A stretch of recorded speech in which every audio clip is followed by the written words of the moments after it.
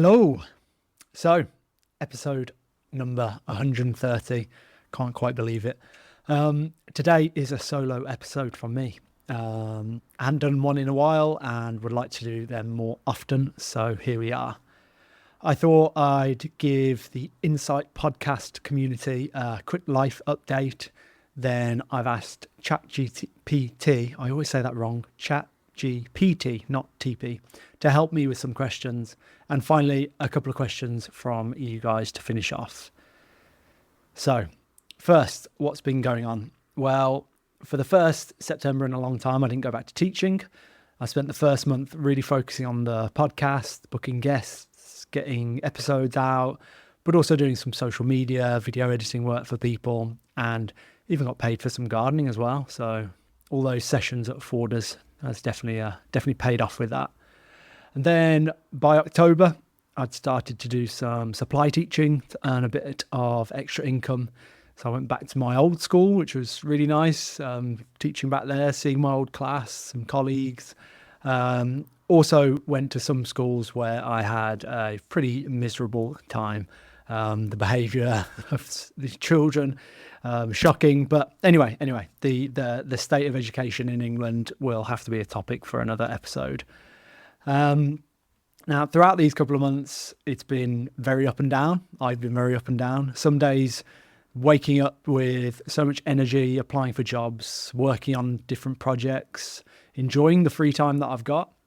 But then other days I've been very, very low, down, worried about the future, lacking in motivation. Some days would literally lie on the sofa all day, and it's really embarrassing to admit, but I got myself in quite a state. I didn't know what I was working towards, and times like these, when I was at that point, that's when I'm very, very grateful for the friends, family I have around me, checking in, offering advice, support.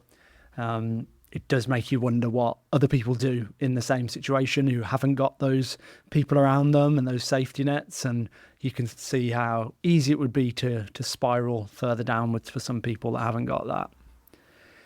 Now, more recently, things are feeling a bit brighter. I think that's because I've had more regular work at a school that I really like. I've been talking more to the people around me about, what's been going on and the worries, concerns I have.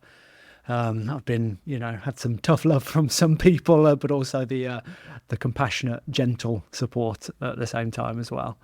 I've been exercising consistently, always helps. I've made some new connections, getting excited about some possible collaborations in the future. So that's all positive. And I think what's also made a real difference is a few weeks ago, I downloaded the Waking Up app, which I'd heard a lot about because I love Sam Harris. I listened to his podcast. I've read a couple of his books, and I'd heard about the Waking Up app. I'd never got around to downloading it and giving it a go, but I did, and so got back into the habit of meditating in the morning, and I do think that has helped ease some of my anxiety and helped me rediscover a bit of motivation and direction. So I feel like I just jumped straight into that there, didn't I? Into my life update. But a couple of people have asked, and I always find it so awkward talking about myself, and it seems a bit indulgent, but it feels like there's a community, this community that we are building, and people are interesting, and people can relate to some of the things I'm going through and the stories that I tell and all that. So I give a bit of an update for those people listening that are interested and curious, and the people that I know are going through a bit of a transition in their life as well. Some people are complete strangers I've never met, but also some people that I know in person that seem to appreciate me sharing these little updates. So I thought I'd start with that, and very brief, but I don't want to go on too much about myself. So, right, now to next steps. That's the situation I'm in, but still looking at different ventures, still looking for a career change. So I thought it'd be helpful to get clear on what to do next. I asked ChatGPT to come up with some questions, and then so kind of separately to this episode, I just decided to do that because I was curious. But then I thought, well, why not make these the basis for this solo episode? So I explained to ChatGPT the situation that I'm in: 37, single, childless, in a career transition. And I asked it to pretend to be a therapist, trained in ACT actually, in acceptance and commitment therapy, trained in that approach, to come up with 5 questions to help me reflect on life and clarify my next steps. So here are the questions that it came up with. The first one is, what truly matters to you in life, both in your personal and professional worlds? Well, I have been thinking a lot about values recently, I think because of past guests that I've had on, and it just seems to come up a lot. So I have reflected on that. I've thought about my values. Some of my values are curiosity. I love learning. Discipline, that's a value that I think embody quite well, and people seem to recognize that in me as well. And being warm as well. I don't know quite what the word is. Warmness, warm-heartedness, openness, personable, maybe something like a word like that, being good company and being a good listener and being supportive. And I think that's something I really value, and I want to be that type of person. And I think about my values, and I think about how a week goes at the moment. In the last couple of weeks, it feels like over the course of a week, one day I can be fully embodying these values. I'm hosting a podcast, I'm researching questions to ask the guests, and I'm writing these questions. I'm training hard, I'm reaching out to friends and checking in on them, I'm being affectionate with my family. So, hitting those things, being curious and being disciplined and being warm with people. But then it's like just the very next day, I'm not aligned with those values at all. I just want to zone out. I don't want to learn. I just want to watch some comedy that I've watched 50 times already, but just so I can switch off. I can't focus on the book that I'm reading. I just want to lie on the sofa all day. I don't want to see people. I don't want to socialize. And it's just bizarre how it can be from one day to the next. Like I'm being the type of person that I want to be, and then the very next I get completely in a state and just not being that person at all. So that's that. It is what matters to me in life is in both that personal and professional world. Like I want to embody those values, and I'm sure that soon things will start to fall into place, and I'll get to the point where in the personal and professional life, in my personal and professional life, those values will be kind of present every day. And it's just a little frustrating at the moment that that's not happening more quickly. Right. Next question. It asked, if there was no obstacle, so no fear, no doubt, it says, what kind of life would you create for yourself? I think it's funny, isn't it, how much fear and doubt controls all of us. Like, I'm not good enough, I'm not talented enough, I'm not clever enough, not deserving enough. I think that's a bit of a strange one that comes up for me, and maybe you as well, that you don't quite deserve to have the success that you'd like. That lifestyle that I want looks amazing, but really because of the way things have worked out in the past, and I didn't do this, and these regrets, it just means, that's not going to happen. I don't deserve it. They all get mixed up, I think, into this kind of sense of it's not possible. It's not possible to earn that much money, to live in that place, to have that much free time. But I do see it. I've seen it happen for other people that I know, people on social media that I've connected with. They have created that life for themselves, which is inspiring. And also maybe in my more confident moments, I think to myself, well, they're no more intelligent than I am. They're no more disciplined. They're no more capable than me. So maybe that is a possibility. So then the other part of that question, so it was, if there was no obstacles, what kind of life would you create for yourself? Yeah. What would that life actually look like? Well, I think that's actually a prompt on the dating app Hinge. Is like, a life goal is mine, and then you finish off the sentence. And I finish that sentence with a house by the beach, to take my dog for walks along the beach every morning, to have a home gym that I work out in with my kids. Yeah, that's a nice image, I think. And then as for work-wise, I just want to find something meaningful that has an impact, something that's flexible. I can work from home, get up in the morning, work on whatever project I want that I have on, and talk to interesting people, maybe head to the gym for a couple of hours after I've done that work, and then come back, do a little bit of work, a little bit more work. Maybe it sounds a bit cushy, and maybe kind of to some people it sounds a little ridiculous and unrealistic. But again, like, lots of people are doing that. Lots of people have that lifestyle and that amount of free time. And so when I'm trying to look ahead, trying to think about what kind of life could I create, I do look to those people and maybe messages I've got in the past and growing up. You're kind of told, no, that's not possible. That's just a pipe dream, and just get on with it, get your head down and just work hard. That's the normal route that you need to take. And it's like, no, actually people are doing things differently. And if it's possible for them, it's possible for me. So what can I do about that? Is there some way I can make that happen? So into the next one, question 3, number 3 out of 5. 3 out of 5, 3 more questions left.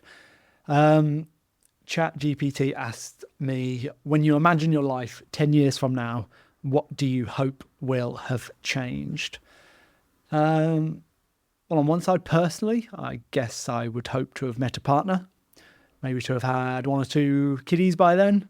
Now, it's always awkward, isn't it, to share that kind of goal, I guess. I don't know. But it's like, I always feel like I have to caveat that with, it's not like every day I'm moping around, desperate to find a wife, and I'm just ready and on the edge of my seat, ready to reproduce. It's like things are okay. But it's a major thing that is missing, and I want to be a dad. I know I'll be a great dad, and I'd like to share my life with someone. So yeah, in 10 years' time, that's what I hope. But it feels odd saying that out loud. It feels kind of cringe-worthy to say it out loud, and especially onto a podcast that anyone could be listening to. But it's like you worry that it's needy or desperate or unattractive for a man to say that that's his goal. Maybe that's just me. Maybe the type of person that I want to attract wouldn't find it cringeworthy at all. Or maybe actually it is just an overshare and I shouldn't be saying it on the podcast. But hey, there we go. And professionally, in 10 years' time, what have I thought about? Well, just to kind of link to the previous question, like, have I found some success? In 10 years' time, I'll have found some success in a project that's meaningful, that has an impact on people, something that allows me to be flexible, to decide how I spend my time. I hope that's not too much to ask.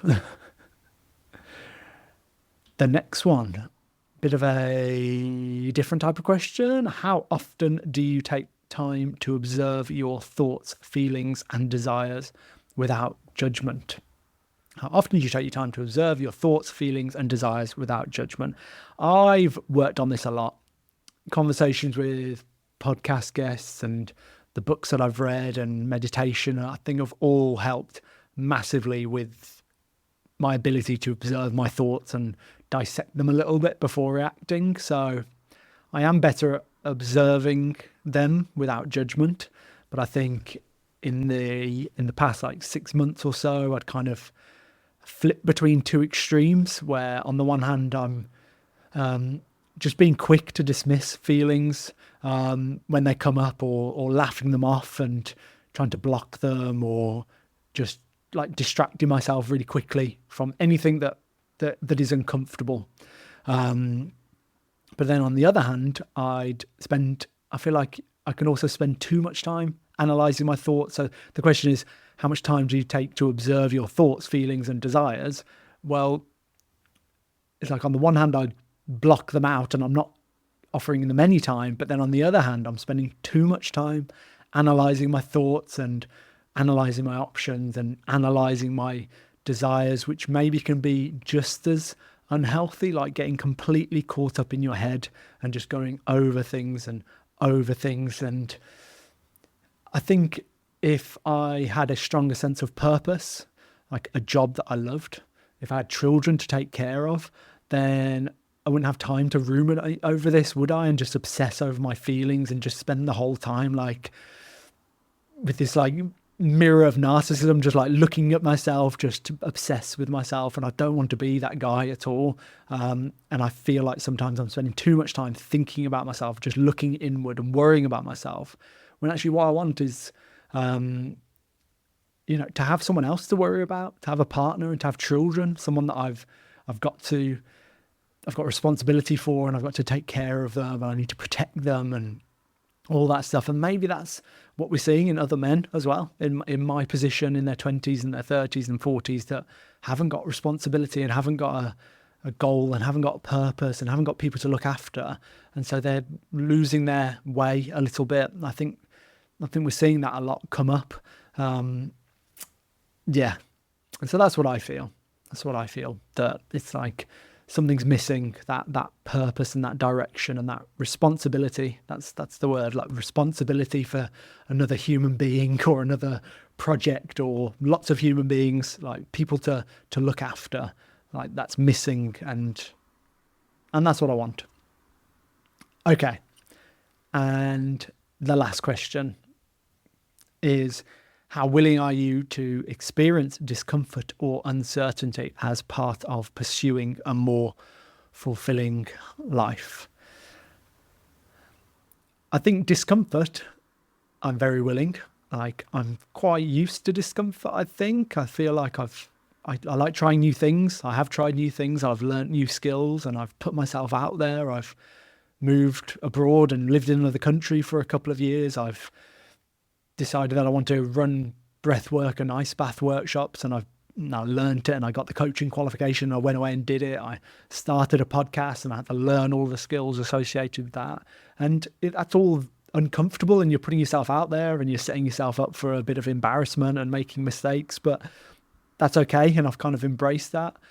But then the question is, how willing are you to experience discomfort or uncertainty? And I think the uncertainty is what I'm less sure about. I'm less sure about the uncertainty. Get it? Anyway, uncertainty, I think, excites me.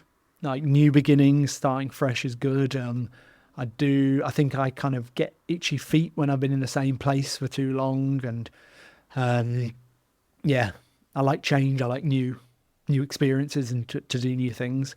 But at the same time, I'm kind of impatient as well. So the position that I'm in now, there are all these options that I could take, which on the face of it sounds really exciting, and I know I should be excited about it, but it's also overwhelming as well.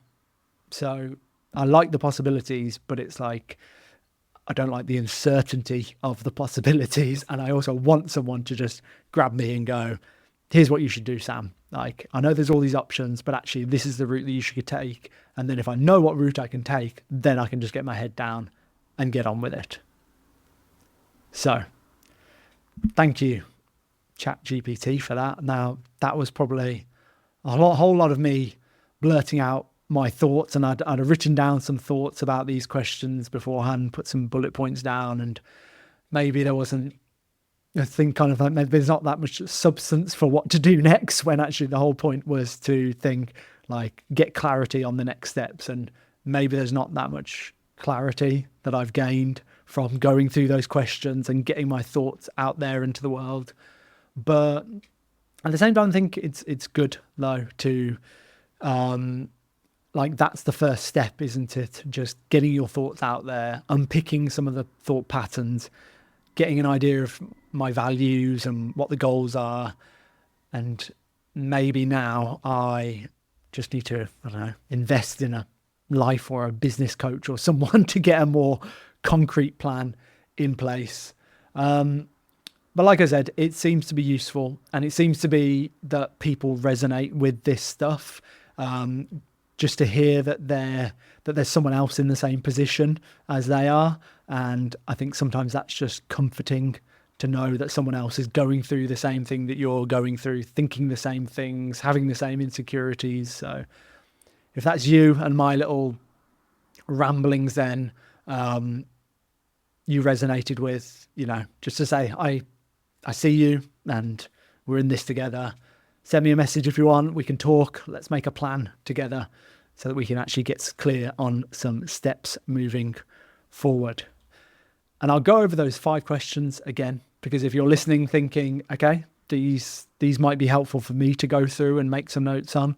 So we had number 1, what truly matters to you in life, both in your professional and personal worlds. Number 2, if there were no obstacles, for example, fear or doubt, what kind of life would you create for yourself? Number 3, when you imagine your life 10 years from now, what do you hope will have changed? Number 4, how often do you make time to observe your thoughts, feelings, and desires without judgment?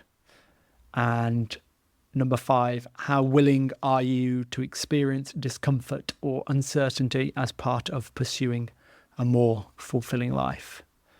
So of course, those are just 5 questions, and there's probably a million different questions that you could ask in this position of going through a life transition, looking for a career change, unsure of your place in the world. There's so many, but those 5 seemed kind of appropriate and useful. So there you have it. Okay. So also had some questions come through for, like, I shared on Instagram that I was doing a solo episode and said that I'd done the Ask Me Anything kind of element of episodes in the past. So if anyone's got a question, they can send it through. And I got a few. First one from Amy, a nice light-hearted question, which maybe makes a change from like the deep content that we've just gone over. But Amy asked if there's not going to be a video, how do you make your coffee? Because I think I shared a little reel recently about how no one would care about how I make my morning coffee, and I don't need to document my morning routine. So yeah, so how actually do I make my coffee? Well, I have one of those mocha pots, and that's been a game changer. I had a coffee machine in the past. I've had I've got a cafetiere, instant coffee or whatever. Man, I'm sounding like such a coffee snob, but the mocha pot is a game changer. It's so good. And I kind of enjoy the ritual of taking it apart, and then you add the water and then scoop your coffee on top, and it just takes a little bit longer to brew.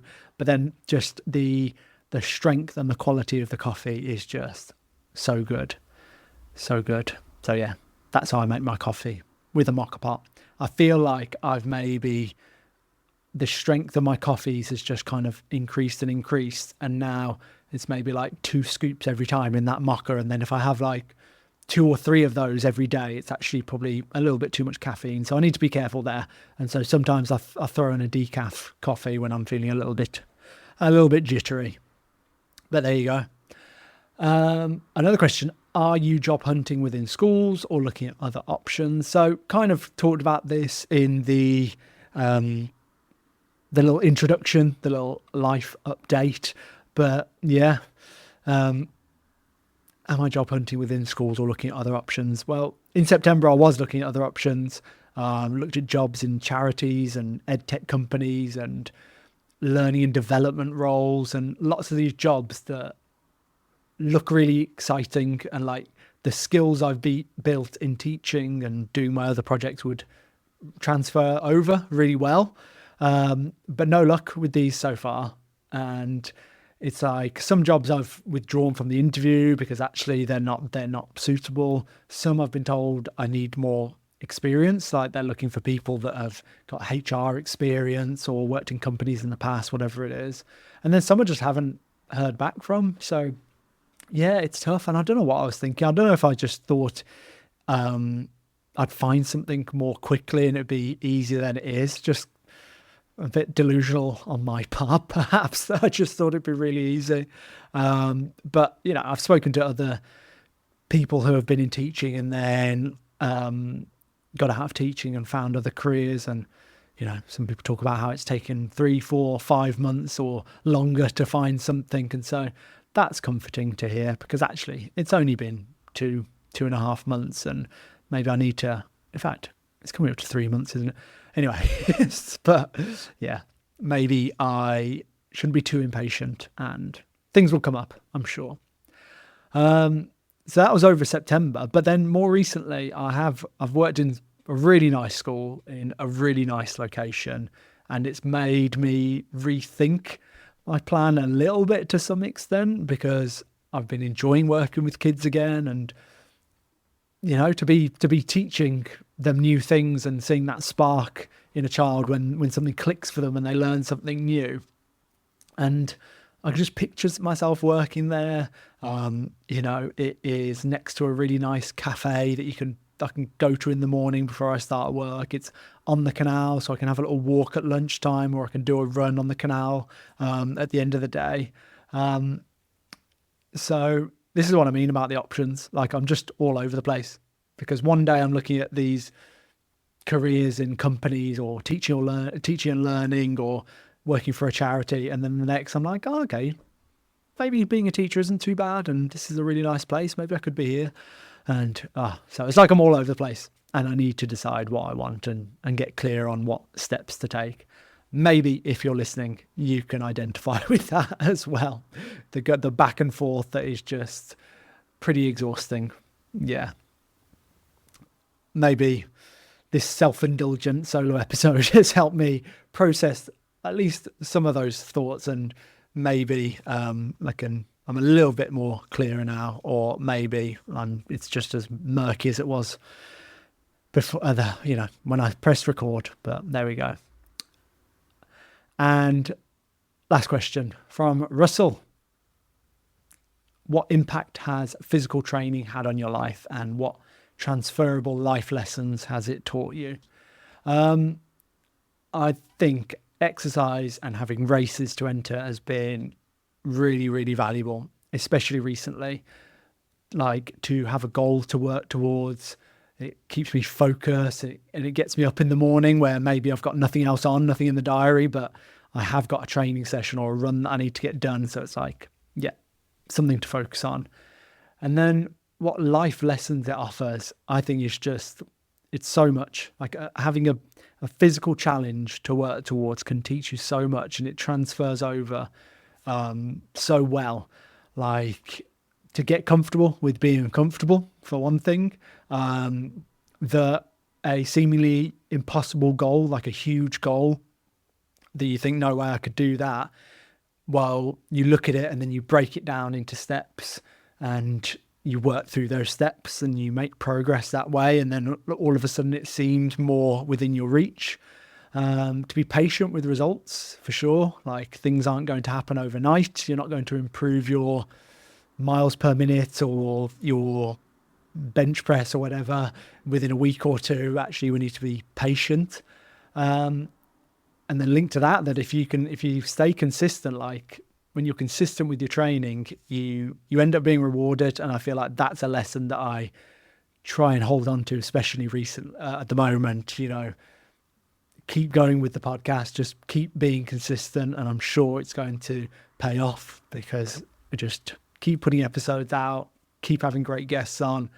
But then other elements of life as well, of course, being consistent just eventually pays off. It does. And then finally, I think when you finish a high rocks or do a marathon with no shoes on, like I did a couple of years ago, it's like you realize you're more capable than you realize. You realize you're more capable than you realize. You realize you're more capable than you first thought, is maybe a better sentence. so much of the battle is mental. And when you start to kind of master your mind, because you do things repeatedly over and over again, and you're uncomfortable, but you keep going, you find out what it's like to push through, even though you really want to quit. And I think that's just gold. When you get that kind of mental toughness, you start to just, feel invincible and ready to take on the world. Okay, that's it for me, I think. So thanks for tuning in. I do really want to make more of an effort to engage with you guys, with this community, and to have more of a back and forth with the audience as well. So if you've got any comments, reflections, questions about the episode, do send them over on Instagram or Facebook or wherever, and we can keep the conversation going. Send a question, send a comment, and I'll share it in the stories in a post or whatever. I can respond to questions there. Because like I say, I want to keep the conversation going, keep talking about this stuff, because I think it is helpful to people, and it's comforting, and it's supportive. So let's keep engaging. Okay, that's enough from me. Enjoy the rest of your day. Peace.